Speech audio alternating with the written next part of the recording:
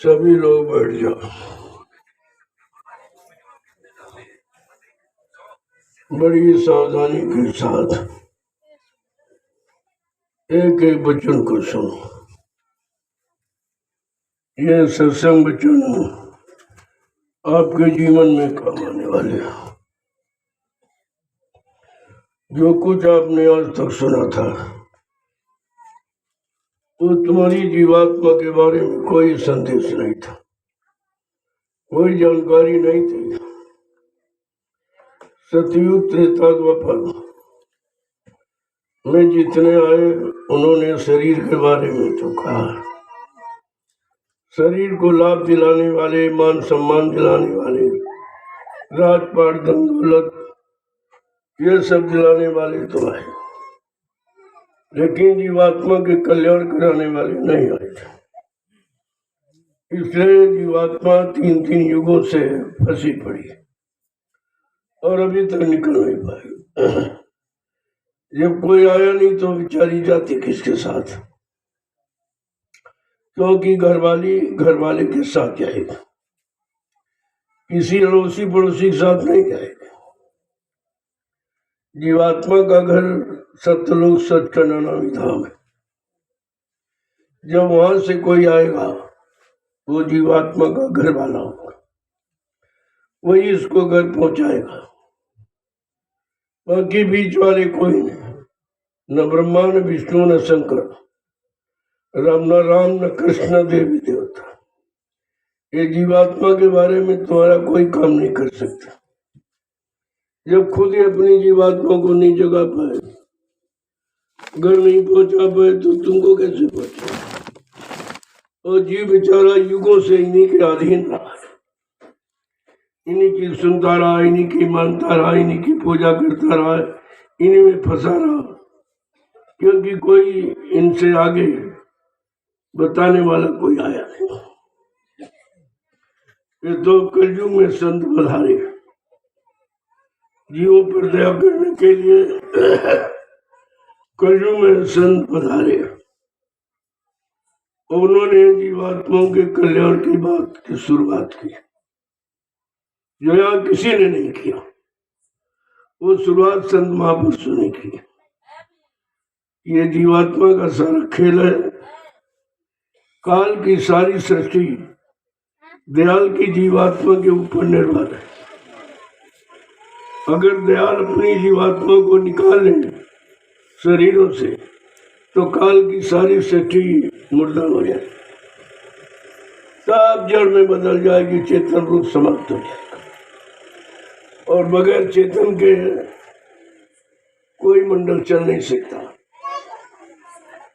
चेतन चलती, जड़ नहीं चलता, शरीर नहीं चलता। शरीर को चलाने वाली चेतन जीवात्मा जब तक वो तुम्हारे शरीर में रहेगी, आपका शरीर चलता फिरता उठता बैठता काम करता नजर आएगा।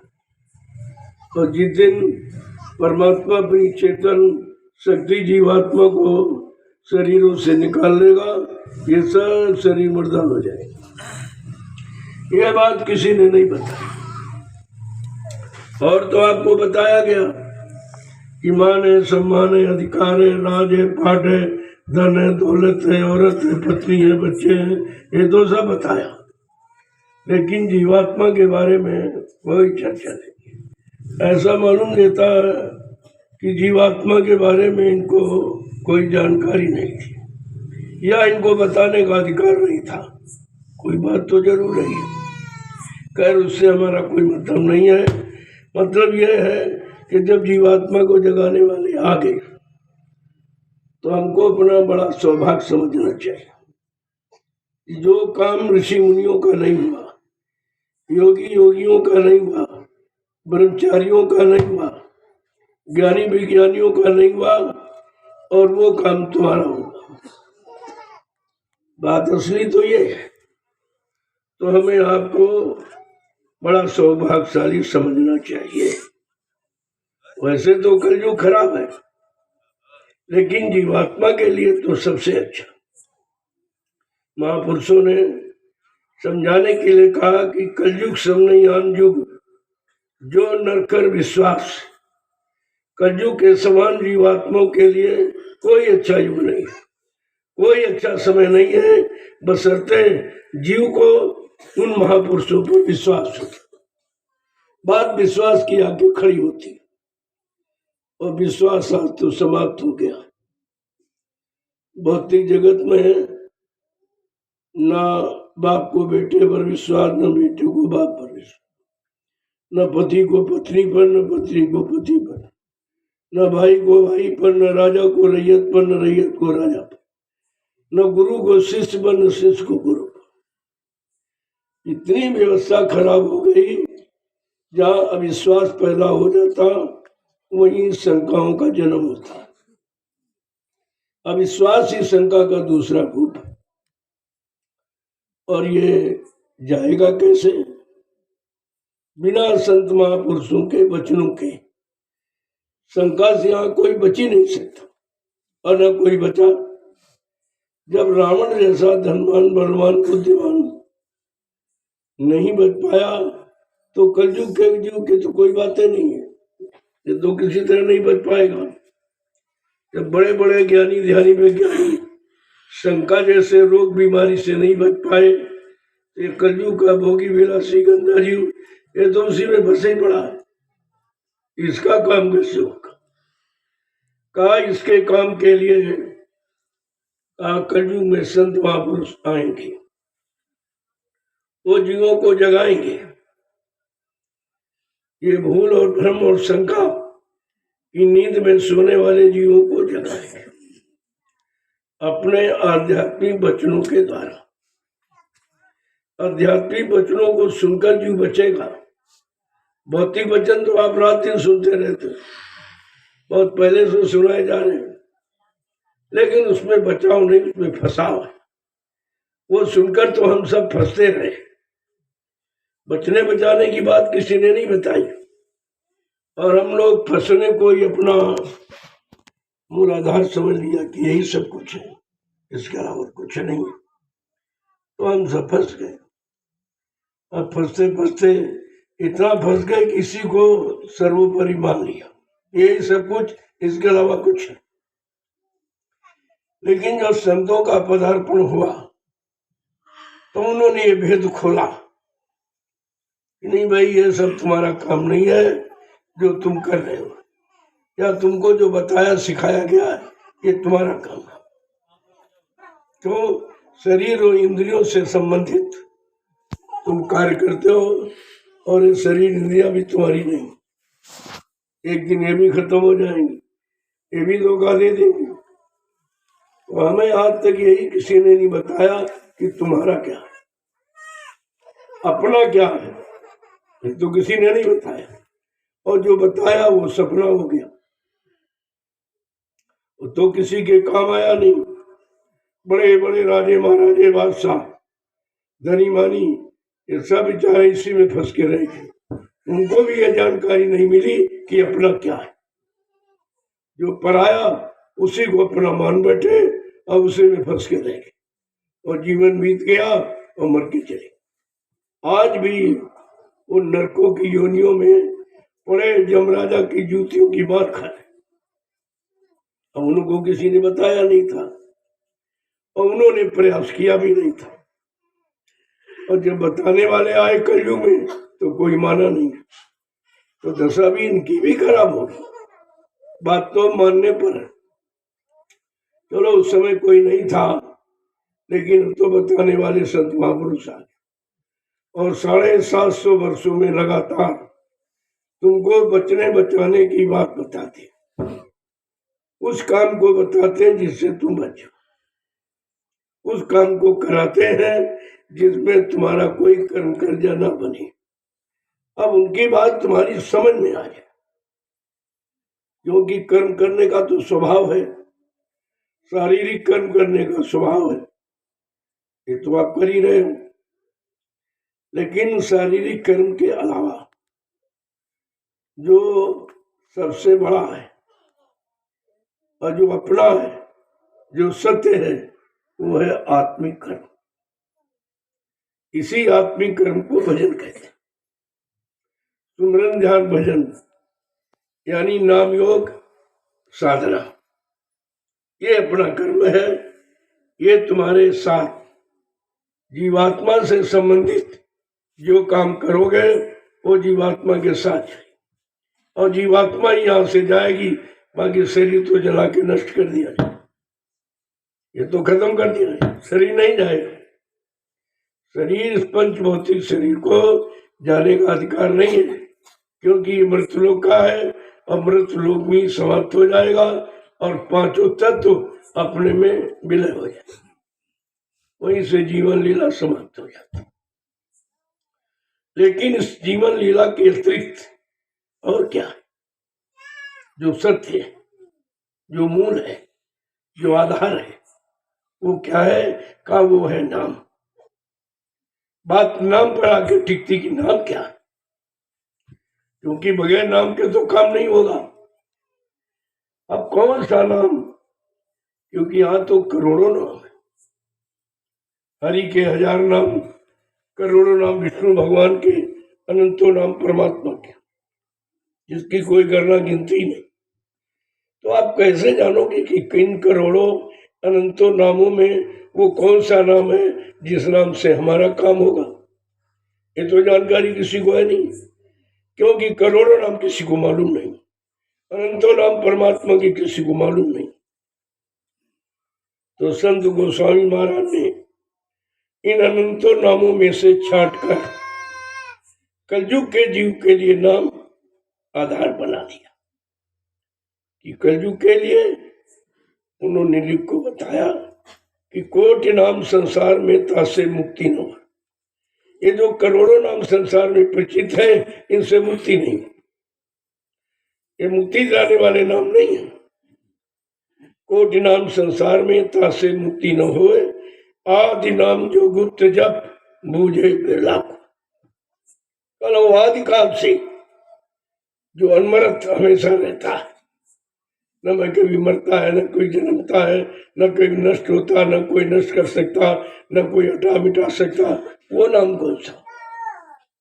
उसी नाम की महिमा गोस्वामी महाराज ने की। पहले तो जिन नाम का प्रचलन है उस नाम के बारे में बताया, क्योंकि जीव उन्हीं नामों में फंसा है। तो तुम्हारे फंसाव को अलग करने के लिए उन्होंने स्पष्ट कहा, यहाँ सीताराम के नाम में लोग फंस गए, जबकि वो नाम अपने समय का। तुम्हारे कलयुग के नाम तुम्हारे नाम पर नहीं है, न तुमको इसका कोई लाभ मिलेगा। वो नाम है त्रेता के जीवों की। तो स्पष्ट करके गोस्वामी महाराज को कहना पड़ा कि बेचारा कलयुग का ये कमजोर भोगी विलासी जीव, ये तो कुछ जानता नहीं है, ये तो लोग बता देंगे उसी नाम में फंस जाएगा। तो उन्होंने सारे नाम को महिमा अलग अलग बताया कि एक राम दशरथ का बेटा, एक राम घट घट में लेटा, एक राम का सकल पसारा, एक राम इन सब से न्यारा। वो राम कौन सा? जिसने राम को भेजा। वो कृष्ण कौन है? जिसने कृष्ण को भेजा। जानने की बात तो यह थी, लेकिन इसको भी लोगों ने स्पष्ट नहीं किया। गा बजा के तो बता दिया आपको लेकिन स्पष्टीकरण नहीं किया इसका। भाई ये सब बताइए आप।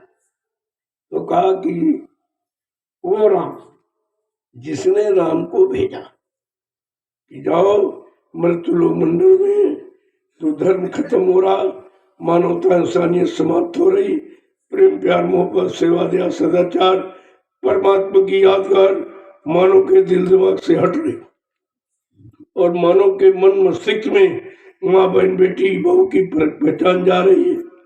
तो जाओ तुम, इस काम के लिए इसको भेजा, लेकिन जीवात्माओं के कल्याण के लिए नहीं भेजा। साफ साफ उन्होंने कहा जाओ तुम धर्म की स्थापना करना और दुष्टों का संहार करना और भक्तों की मदद करके वापस आ जाना। लेकिन ये नहीं कहा कि तुम जीवात्माओं का काम कर देना, जीवात्माओं को जगाना, जगा के उनको घर पहुंचाना, इसको हमेशा से मुक्ति दिला देना, आवागमन से रहित कर देना, जन्म मरण से छुटकारा दिला देना, ये नहीं कहा। यही जानकारी हमें आपको लेनी चाहिए। लेकिन जब ये मालूम ही नहीं जीवात्मा के बारे में, हम शरीर इंद्रियों के बारे में बताया गया और वही जानकारी हमारे आपके पास है। जब शरीर जड़ है तो इंद्रियां भी जड़ है, जड़ तो चेतन का काम करेंगे नहीं। यद्यप जीवात्मा इसी जड़ शरीर में है, लेकिन ये जड़ शरीर चेतन जीवात्मा का काम नहीं कर सकता। क्यों? चेतन जीवात्मा ही इसको चेतन का रूप दिए, नहीं तो जड़ ही है। अगर वो जीवात्मा जो पावर है शरीर का, जो ऊर्जा ताकत शक्ति है, अगर इसको हटा लिया जाए तो ये शरीर कुछ नहीं करेगा, कोई क्रिया नहीं कर सकता। सारे अंग बिल्कुल मतलब यानी अलग हो जाएंगे, कोई काम नहीं करेगा। तो कहा और स्पष्ट करके कहा कि राम एक तापस तीर्थारी, अयोध्यावासी राम राजा दशरथ का लड़का, उसने क्या किया? एक राम तापस तीर्थारी, नाम कोटि खल कुमत सुधारी। लेकिन वो राम का राम, वो करोड़ दुष्टों की मति में सुधार करेगा। वो नाम समय से आएगा, उस नाम का प्रचार होगा, उस नाम की जानकारी दी जाएगी, तभी तो जब जानकारी मिलेगी तो करोड़ों दुष्ट मती सुधर जाएंगे, इनके विचार बदल जाएंगे, इनका खान पान बदल जाएगा, बोलचाल की भाषा बदल जाएगी, देखना सुनना उठना बैठना बोलना चालना सोचना समझना करना कराना सब बदल जाएगा। ये कहते हैं परिवर्तन, ये परिवर्तन होगा, वो नाम ये परिवर्तन करेगा। का वो नाम समय से आएगा। आगे क्या कह रहे हैं? ब्रह्म राम ते नाम बढ़े, का ब्रह्म से पर ब्रह्म से राम से भी वो नाम बढ़ा, जो नाम करोड़ों दुष्टों की मति में सुधार करेगा, सबको शाकाहारी बनाएगा, सबको सदाचारी ब्रह्मचारी की शिक्षा देगा। का वो नाम अलग है उसमें स्पष्ट, लेकिन इसकी व्याख्या नहीं की, इसको स्पष्ट रूप से समझाया बताया नहीं गया, क्योंकि इनको खोलने का अधिकार नहीं था, और जो बताने वाले आए वो भी सब इसके पीछे ही रहे, इसमें भी नहीं रहे, अलग रहे। तो बताते तो क्या बताते? तो बड़े बड़े साफ शब्दों में लिख के बता दिया कि राम का मतलब क्या है। असली राम तो वो है जो तुम्हारे रोम रोम में बसा है, रोम रोम में बसा है वो राम, वो असली है, उसमें कोई बनावट नहीं है, वो जन्मता मरता नहीं है, वो तो मतलब एक प्रकाश है, प्रकाश कभी जन्मता मरता नहीं है, और प्रकाश को कोई चुरा नहीं सकता, कोई नष्ट नहीं कर सकता। तो बात है समझने की। अब ये समझदारी जीवों में कैसे आएगी? जब जिसको जैसा सत्संग मिलेगा, जैसे गुरुओं का और जैसे शिक्षार्थियों का, शिक्षा देने वाला जैसा आपको मिलेगा वैसी शिक्षा आपके पास। लेकिन आपको इस शिक्षा से संतुष्ट नहीं होना चाहिए। क्योंकि जितनी शिक्षा का यहाँ आधार रखा गया वो शरीर इंद्रियों का था, आत्मा की शिक्षा का कोई आधार नहीं था, क्योंकि आत्मा की जानकारी संत महात्मा को होती, और संत महात्मा कलयुग में आए, और वो भी हमें 750 वर्ष। कलयुग का तो समय लंबा निकल गया, लेकिन 750 वर्षों में वो संत आए जो सबका सत्य का ज्ञान कर रहे, सारे झूठ से तुम्हें अलग कर दे।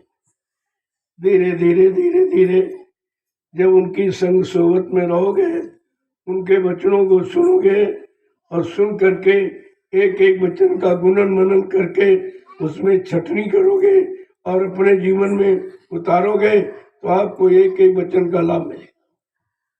कि वो वचन बहकाने भरवाने वाले नहीं होते, वो तुम्हारे अंदर चढ़ी गंदगी को उतारने वाले, सब तरफ की गंदगी उतारते।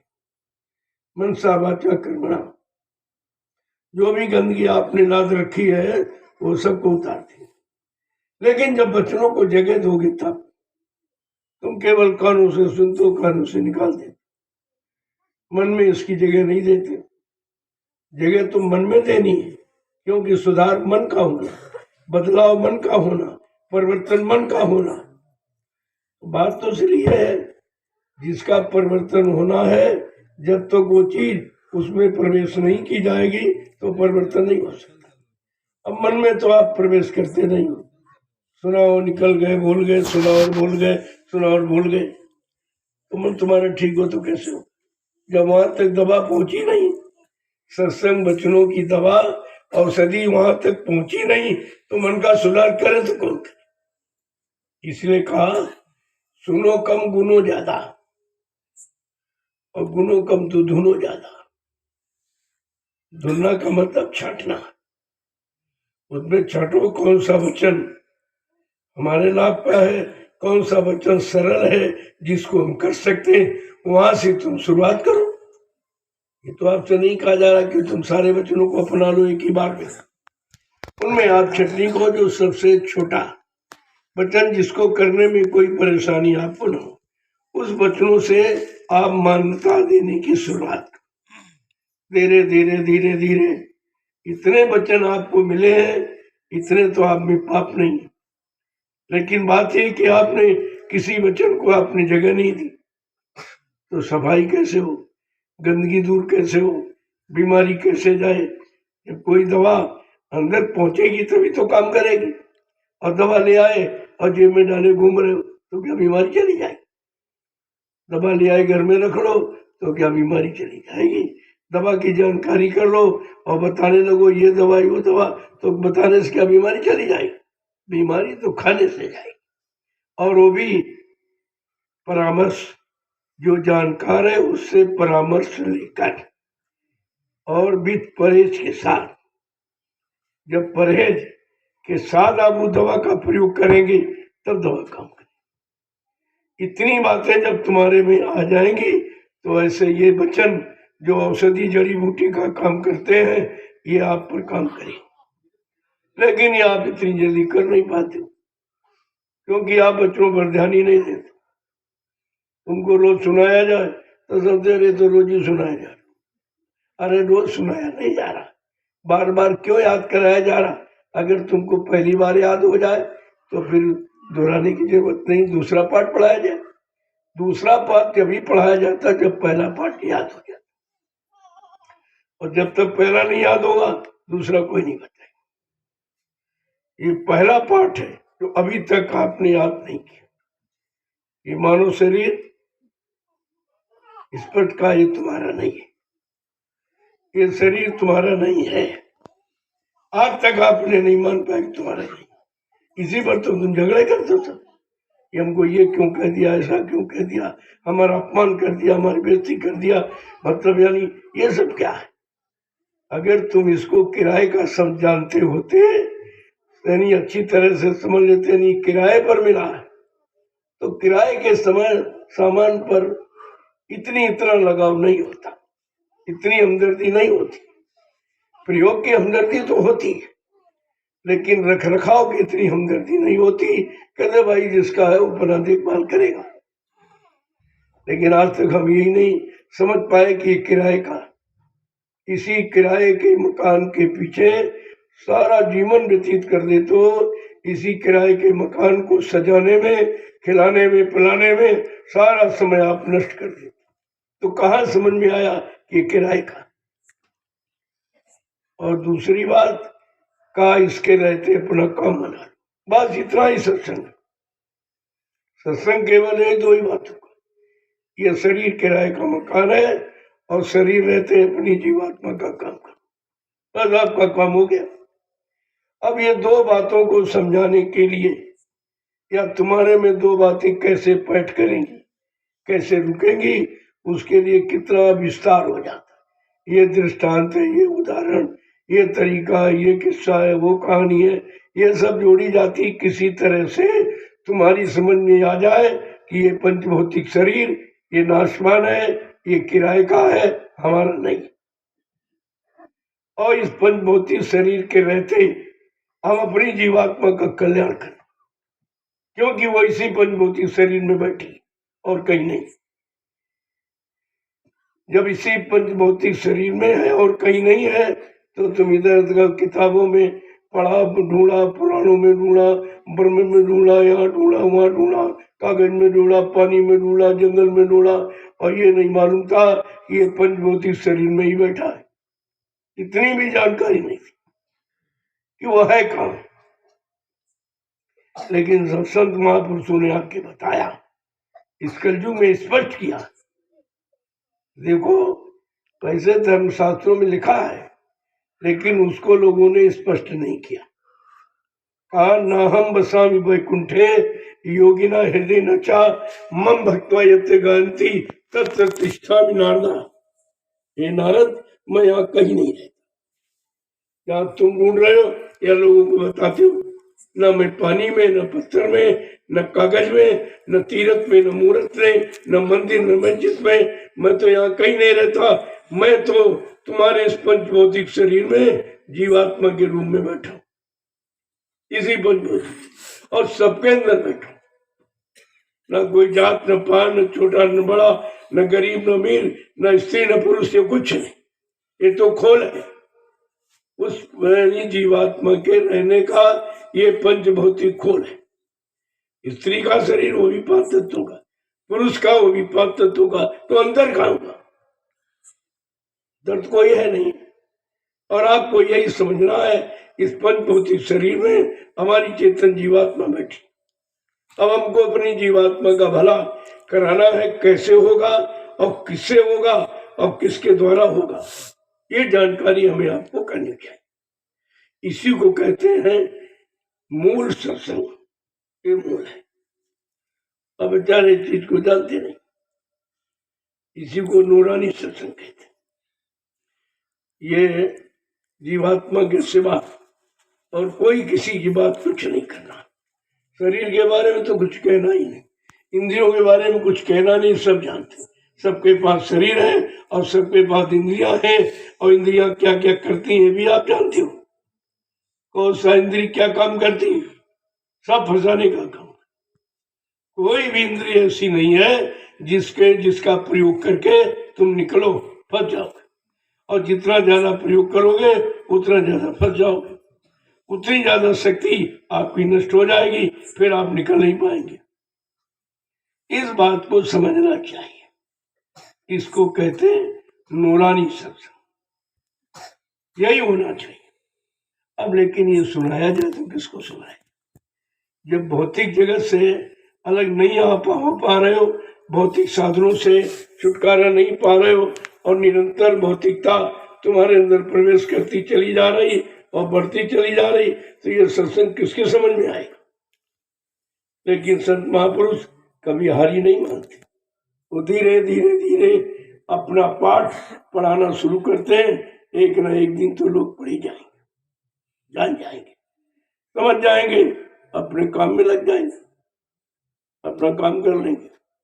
उनको तो सबका काम कराना, उनको सबसे अपना काम नहीं कराना, वो सबका काम करने आए और सबका काम करेंगे। अब जैसी जिसकी धारणा, जितना जैसा विश्वास उतना ही तो काम वो करेगा। विश्वास एक समान है नहीं, धारणा एक समान है नहीं, स्थिरता स्थिर प्रकृता एक समान है नहीं, तो फिर संदेह तो सबके लिए होता। जैसे बरसात तो सबके जगह होती, लेकिन जितना जैसा पात्र बर्तन जिसने रखा उतनी बात करेगी। अगर जिसने कटोरी रखी तो कहेगा कटोरी भर बारिश हुई, गिलास वाला कह रहा गिलास भर बारिश हुई, लोटा रखा कह रहा लोटे भर गिरा बारिश, बाल्टी वाला कह रहा बाल्टी भर गिरा, और बड़ा बर्तन तो इतनी बड़ी, और जिसने तालाब खो दिया वो कहेगा तालाब जैसी बारिश हुई। और बात सबकी सत्य, बात सबकी सत्य। इसी तरह से तुमने कितना बर्तन छोटा इस समझदारी के लिए रखा है, और बर्तन की कितनी सफाई। अगर गंदगी बर्तन में लगी है तो वस्तु उसमें ठहरेगी। यही कारण कि सत्संग आप क्यों भूल जाते हो। अब इस सत्संग पात्र कोई बना नहीं, जिसमें सत्संग वचनों को समुचित रूप से रखा जाए, ऐसा कोई पात्र भी नहीं बना। अब पात्र और पात्रता दोनों बनाने के लिए समय चाहिए। अब वे कहते नहीं भाई गुरु और चेला, चेला भी उसी तरह का हो तो गुरु अपनी वस्तु सब उसमें प्रवेश कर दी। देखो 4 भाई थे, राम लक्ष्मण भरत शत्रुघ्न, और चारों को शिक्षा गुरु ने दी, लेकिन 2 ही के द्वारा काम क्यों हुआ? राम लक्ष्मण के द्वारा ही काम क्यों हुआ और बाकी को नहीं बताया? न शत्रुघ्न को न भरत को, और शिक्षा सबको दी। लेकिन शिक्षा देकर गुरु समझ लेता है कौन शिष्य किस काम के काबिल है, उसको वही काम दिया जाता। अब ये करोड़ों लोग हैं, लेकिन करोड़ों में कितने निकले ऐसे जिन्होंने गुरु की शिक्षा को सर्वोपरि माना? ऐसा तो कोई नहीं निकला, कोई नहीं निकला। जब ये 45 करोड़ शिष्यों में कोई ऐसा नहीं निकला जो गुरु के वचनों को पकड़ के रखता, गुरु पर विश्वास करता और गुरु पर मतलब यानी कुर्बान हो जाता, ऐसा तो कोई नहीं निकला। जब ऐसा कोई निकला नहीं तो गुरु अपनी अमूल्य वस्तु किसको दे दे? ये शुद्ध वस्तु किस बर्तन में रख देता? कहने का मतलब ये है गुरु भी समझदार होता है, ऐसा थोड़ी है। अगर गुरु चेला तो बराबर होंगे तो कैसे समझ पाएंगे? अब वो समझने के लिए तमाम तरीके हैं। ये तो कलयुग है, इसमें सरल तरीका रखा जाएगा। पहले युग जैसी तपस्या और ये योग और संयम और ब्रह्मचर्य और ये हो, ये तो कुछ कर ही नहीं सकता है, तो उसकी तो चर्चा नहीं की जाती।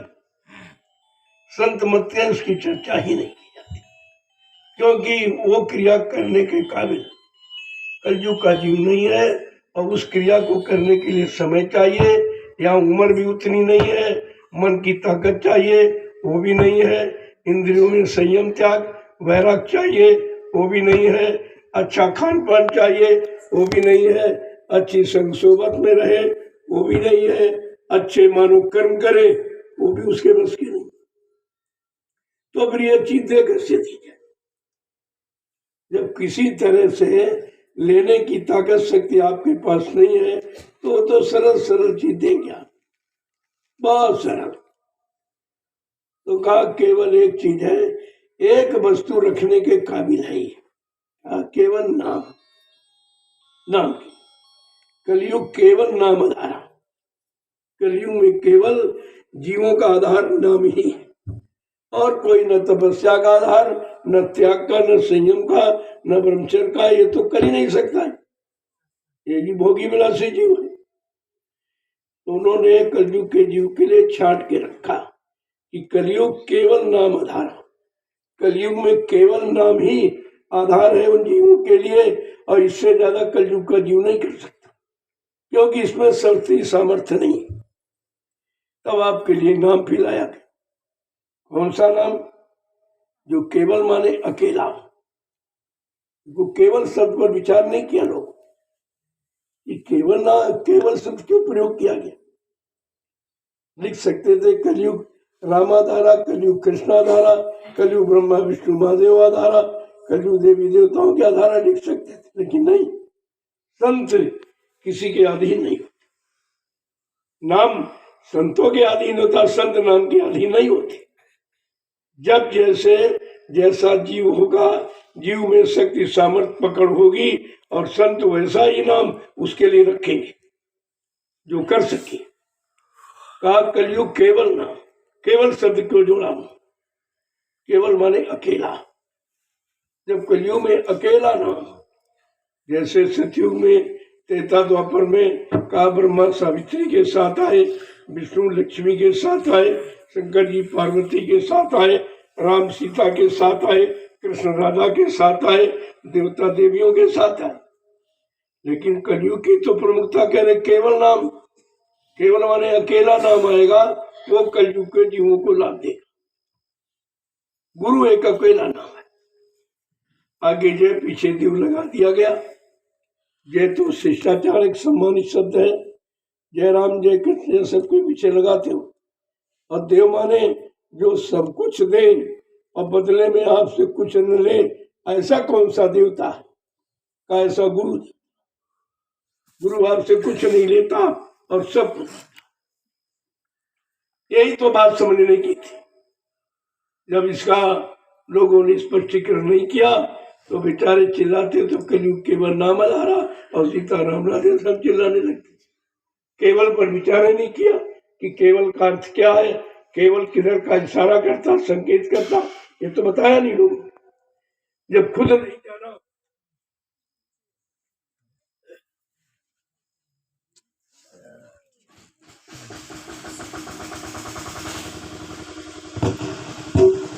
जब खुद नहीं जाना तो आपको कैसे बताते?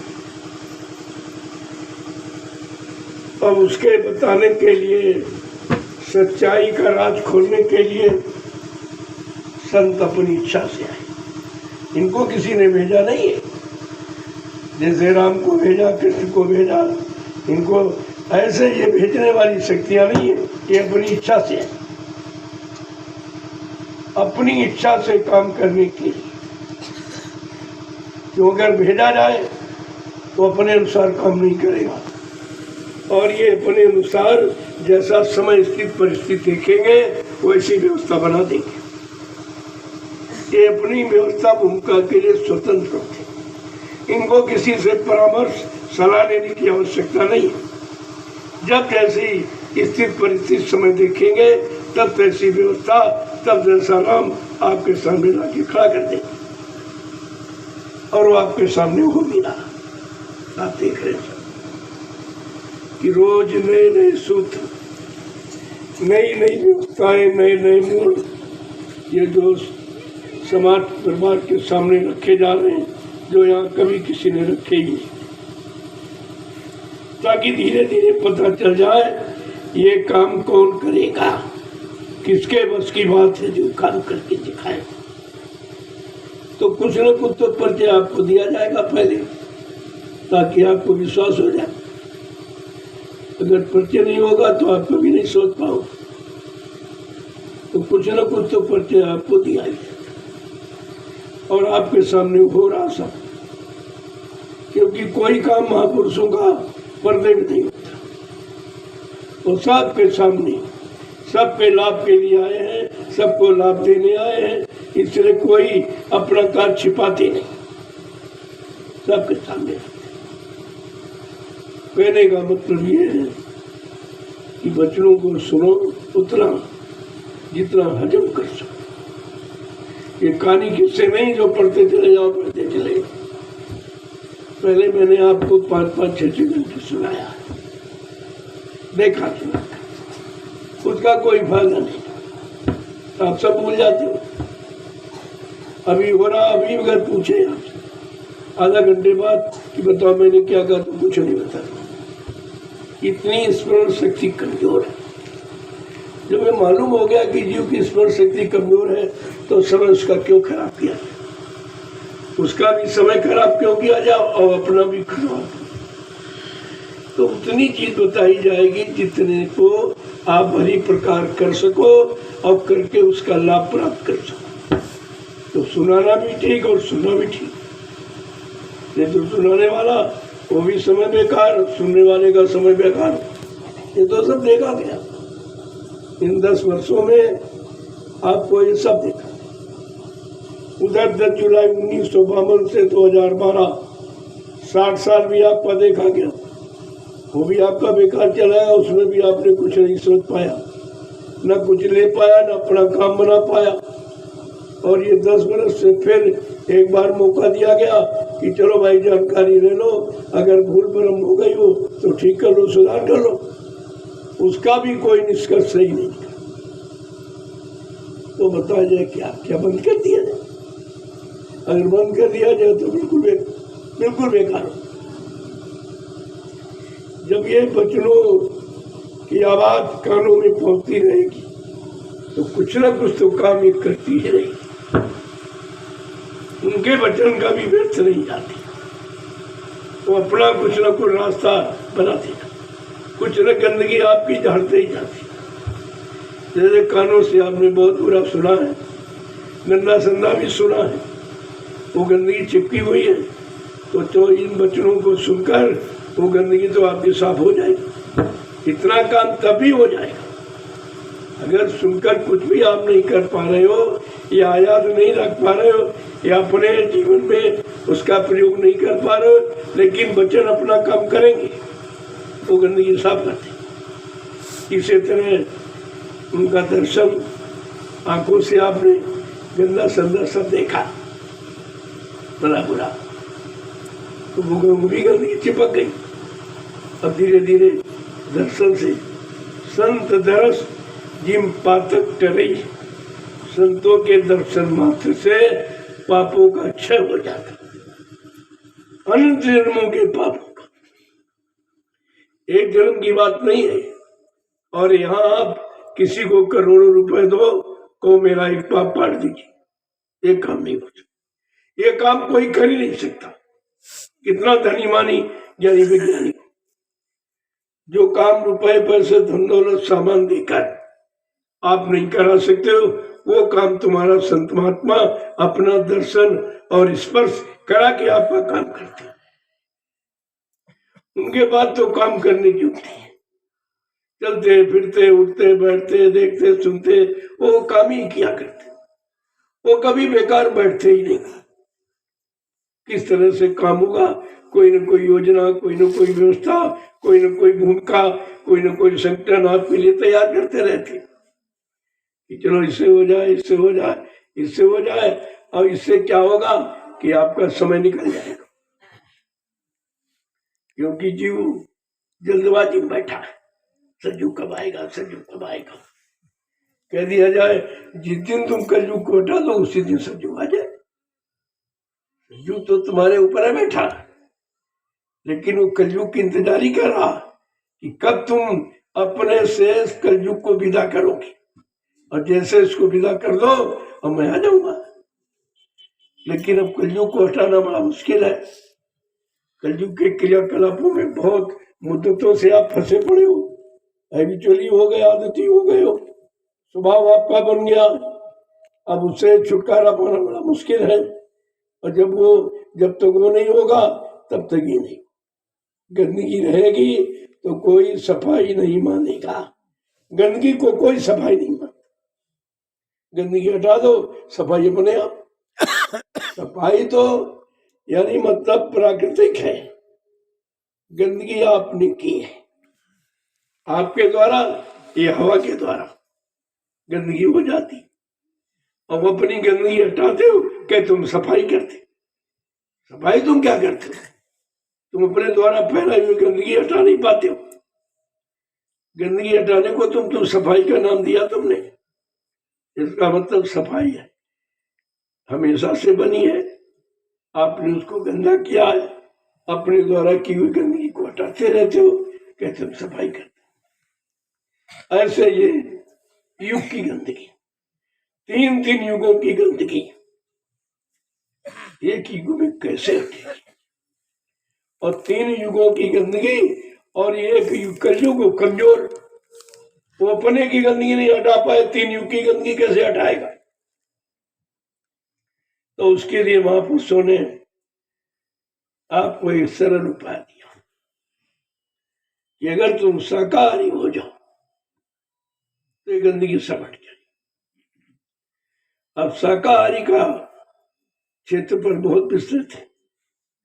अभी तो मोटा मोटा आपको बताया जा रहा कि मुर्दा मांस छोड़ दो, लेकिन मुर्दा मांस छोड़ दो तो जिंदा मांस नहीं छोड़ोगे, वो भी तो मांस है। ये शरीर तो मांस का लोथड़ा है, इस शरीरों से तुम्हारा संबंध है, तो अभी मांस तो तुम पकड़े हो, बगैर मांस के रह नहीं सकते। तो पहले मुर्दा छोड़ो, फिर धीरे धीरे जिंदे से भी तुम्हारा भाव पैदा करा दिया जाएगा, अब उसको भी छोड़ दोगे, लेकिन पहले ये मोटा मोटा तो करो। इसलिए शाकाहारी बनने का क्षेत्रफल बहुत विस्तार है। ये तो अभी आपको मोटा मोटा बताया गया है कि भाई ये बंद कर दो, ये बंद कर दो, ये बंद कर दो, जो तुम्हारे तो देख रहे हो, और जिसमें युग युगांतर से फंसे पड़े मांस में, जिंदे में सभी फंसे। अरे शरीरों में तो आप फंसे हो, वो भी तो मांस है, वो भी मांस का लोथड़ा है जिसमें आप फंसे हो। ये मांसाहार ये छोड़ना बड़ा मुश्किल है, सरल नहीं है। तो पहले मुर्दा बाद में जिंदा, इसी बात को छुड़ा दिया। जय गुरुदेव, जय गुरुदेव, जय गुरुदेव,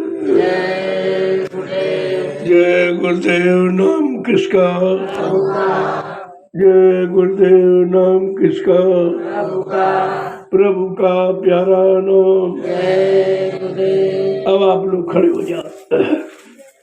तो मेरा स्वास्थ्य ठीक नहीं है, फिर भी प्रयास करता हूँ कि आपकी सेवा करूं, और कोई सेवा तो नहीं कर सकता, लेकिन ये सेवा सर्वोपरि है बच्चों की।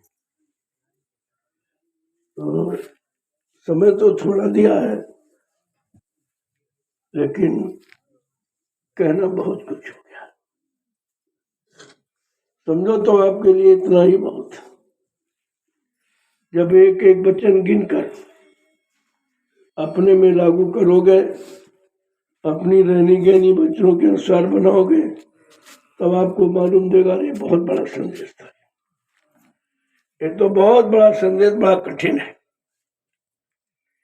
और इसलिए कम समय लिया जाता कि आपको याद बना रहे। अगर पीछे आगे बताओ, पीछे भूलते जाओगे तो फायदा क्या होगा उसका?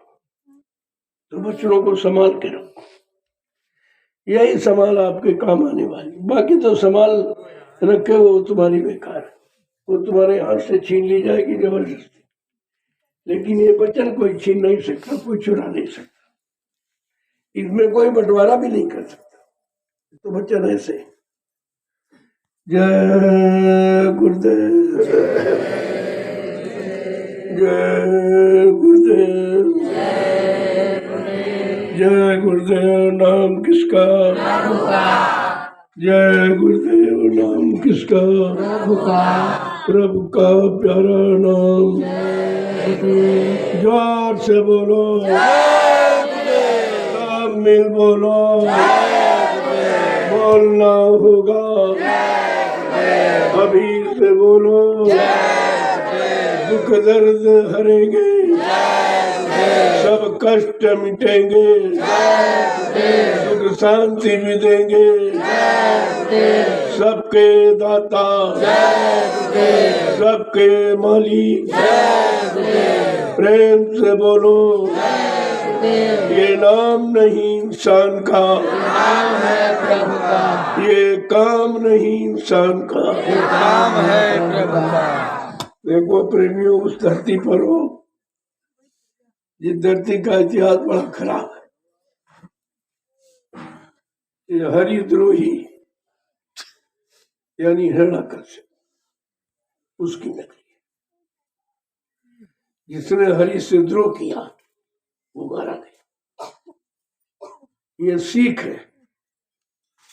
आपको अपने जिले के नाम से सीख लेनी चाहिए कि हरिद्रोही जब मारा गया तो गुरुद्रोही की तो कोई संभाले नहीं कर सकता, कोई रक्षा नहीं कर सकता। इसलिए गुरुद्रोही सबसे बड़ा पापी होता है और आपने वो काम किया है। वैसे हमको इस भूमि पर आश्रम बनाने की जरूरत नहीं थी, लेकिन मैंने देखा कोई भी ऐसा व्यक्ति नहीं जो गुरु की बात को समझता हो। सब गुरु से दूर भी दूर करके करने वाले दिखाई दिए। तब हमको इस भूमि पर दयाल आश्रम का निर्माण करना पड़ा। ऐसा नहीं है, दयाल अपना काम करेगा, वो जिला और प्रांत नहीं देखता, वो सबका काम। दयाल का काम ही है दया करना, दया देना। धीरे धीरे समझ जाओगे आप सब। लेकिन जो काम किया गया बिल्कुल अनोखा है। यहाँ जो आश्रम का निर्माण हुआ वो जिले की किसी प्रेमी से पैसा नहीं मिला और तुम्हारे जिले में व्यवस्था बनी। जहाँ तुमने आज तक सेवाएं दी उनसे कुछ नहीं आपने कहा। ये तो आश्रम प्रमाण है। तुम ना कहो तब भी लोग कहेंगे भाई तुम इतने दिनों से सेवा ले रहे हो, तुमने क्या किया? संगत के लिए कोठरी भी नहीं बनाई और जिनको कुछ नहीं दिया गया, जिन्होंने कभी मांगा नहीं और सब विरोध करते रहे उनका, और उन्होंने आकर के आश्रम खड़ा कर दिया। ये तो बात भूल ही नहीं सकता। प्रेमियों, अच्छाई सच्चाई कभी भुलाई नहीं जाती। तुम कितना विरोध कुछ भी करो, लेकिन सच्चाई तो आपके सामने खड़ी है, इसको तुम कैसे भूल जाओ? और एक न एक दिन इस सच्चाई को मानना ही पड़ेगा। जब हिरण्याकश्यप मान गया तुम कौन सी चीज हो? तुम तो कुछ नहीं हो, एक धक्का भी नहीं बर्दाश्त कर सकते। पहले बात को समझो। तुम्हारे लिए व्यवस्था बना दी गई, अब तुम अपना भजन भाव सेवा करो। तुमको मौका मिल गया और अब भी नहीं कर सकते हो तो तुम्हें कोई माफ नहीं करेगा। आपसे कुछ मांगा भी नहीं गया, आप बुराइयों में जुटे रहे, कार्यक्रमों के बंद कराने में पूरा प्रयास करते रहे, लेकिन कार्यक्रम हुए और अंत में तुम्हारी खोपड़ी पर आश्रम बन गया। अब क्या करोगे? कहाँ जाओगे भाग के? मैं तुम्हारे पीछे ही खड़ा हूं, तुम जाओगे कहाँ भाग के? सारी व्यवस्था जीवों के लिए बन के तैयार हो। यहाँ विरोध की भावना नहीं है, यहाँ किसी से कोई राग द्वेष नहीं रखा जाता। सब अपने ही है, ये गैर नहीं है। लेकिन ये बेचारे नहीं जान पा रहे हैं, चलो इनको जानकारी दे दी जाए। आपके सामने एक मिसाल, ये आश्रम तैयार है। जय गुरुदेव। अभी एक मौका है, अब नहीं चेते तो फिर आपको मौका नहीं मिलेगा। करने के लिए बहुत लोग तैयार। अगर दूसरे जिले के तुम्हारे जिले में सेवा करेंगे, सेवा का स्थान लाभ प्राप्त करेंगे, तो तुम आगे आने भविष्य में अपने आप को क्या कहो? तुम तो मुंह दिखाने काबिल नहीं रहोगे। लोग पूछेंगे भाई तुम्हारे जिले में आश्रम बना था, तुमने कोई सेवा की थी? तुमने कोई सेवा दी थी? तुमने कोई सहयोग किया था? आप क्या जवाब देंगे? और ये सब कर डालेंगे। आप देख रहे हो कोई कामयाब नहीं। बराबर जब से यह समझिया जब से बराबर काम शुरू है, सब सेवाएं चल रही, सबको मौका दिया जा रहा। आप अपने घर में अगर सेवा नहीं कर सकते हो, लाभ नहीं ले सकते हो, तो इतना सरल लाभ फिर कोई नहीं देगा। कोई घर देने नहीं आएगा, आपको घर में लाभ दिया जा रहा। तो आप सो रहे हो, हमारी समझ में नहीं आ रहा ये लोग कहाँ कहाँ के, ये बम्बई, कलकत्ता, सूरत के हैं, और मतलब राजस्थान के, हरियाणा, पंजाब के, ये सब लोग आके तुम्हारे यहाँ सेवा कर रहे हैं और तुम अपनी सेवा नहीं कर पा रहे हो, अपनी सेवा में लापरवाही करते हो, समझने का प्रयास नहीं करते हो और निंदा आलोचना बुराई में फंसे पड़े हो, तो तुम्हें माफ कौन करेगा? आगे आने वाले समय में ये लोग अपने आप को बाबा जय गुरुदेव जी महाराज का शिष्य भी नहीं कहला सकेंगे। इन्होंने शिष्य बनने की का अधिकार भी खो दिया है। कितना बड़ा अधिकार आपने खोया। आप कभी मुंह दिखाओगे, मुंह दिखाने काबिल रहोगे, ये आश्रम तुम्हारी तुमको शर्मिंदा कर देगा। ये आश्रम छोटा मोटा विशाल नहीं है, बहुत बड़ा विशाल है। तुमको शर्मिंदा कर देगा, तुम सिर उठाने काबिल नहीं रहोगे कि तुमने कुछ नहीं किया और लाभ भी नहीं ले पाए। तो तुम्हारे जैसा दुर्भाग्यशाली जीव है ही कौन? आपसे कुछ मांगा भी नहीं जा रहा और लाभ आपको मुफ्त में दिया जा रहा, फिर भी आप नहीं ले पाए, तो वही तुम जानो, तुम्हारा काम जाने। जय गुरुदेव।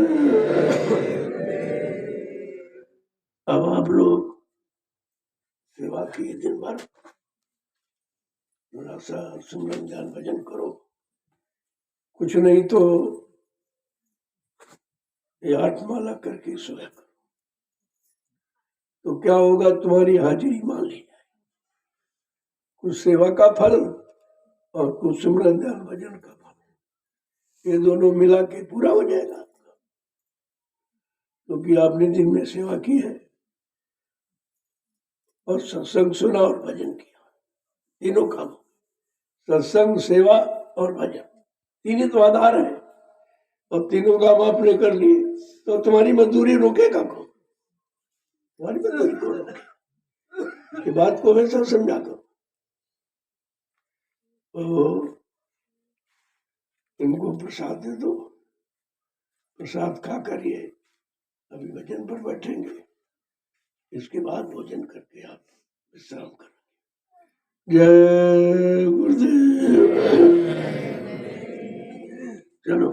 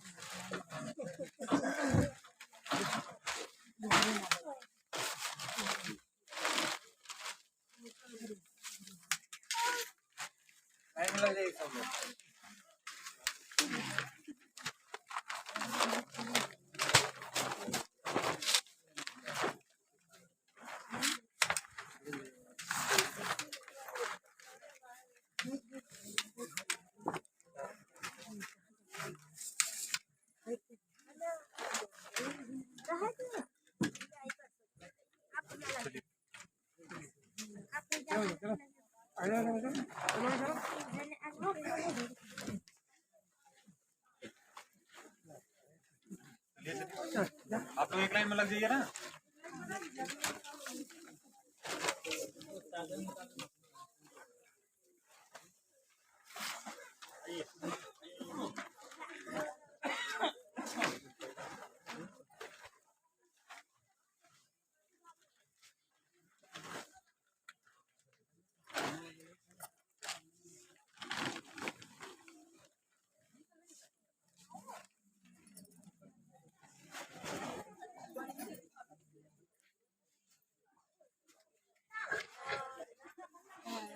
देखा